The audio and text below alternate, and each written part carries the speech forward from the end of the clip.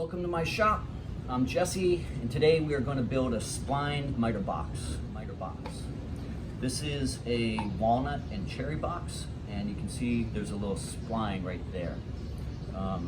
This guy is a nice, easy box to build, especially for a beginner level. It has an insert on the inside that keeps the top airtight. If you build it right, you can hold it from just the top. We're going to use some scrap wood.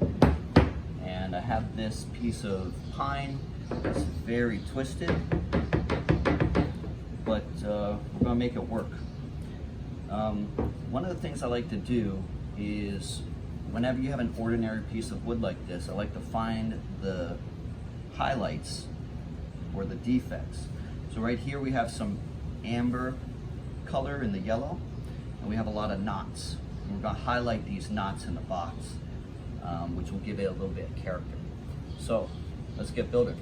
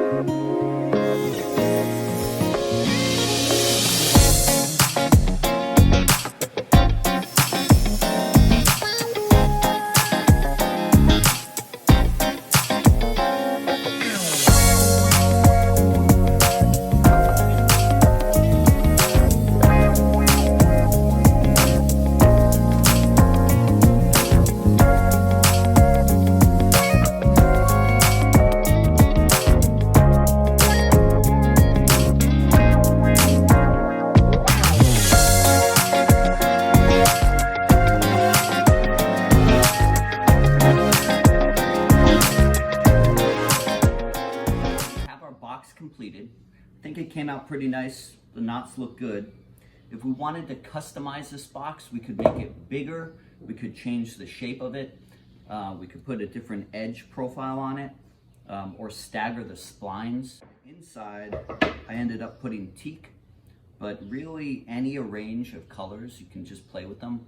Walnut and maple look really good together. Walnut and cherry look. Traditionally, before there were better clamps, what woodworkers would do is you'd save the triangles, you would glue them on the sides, and then have clamping pressure, which is a really cool, and then you would plane these off. It's a really cool way to get a direct connection on that. So I'm good.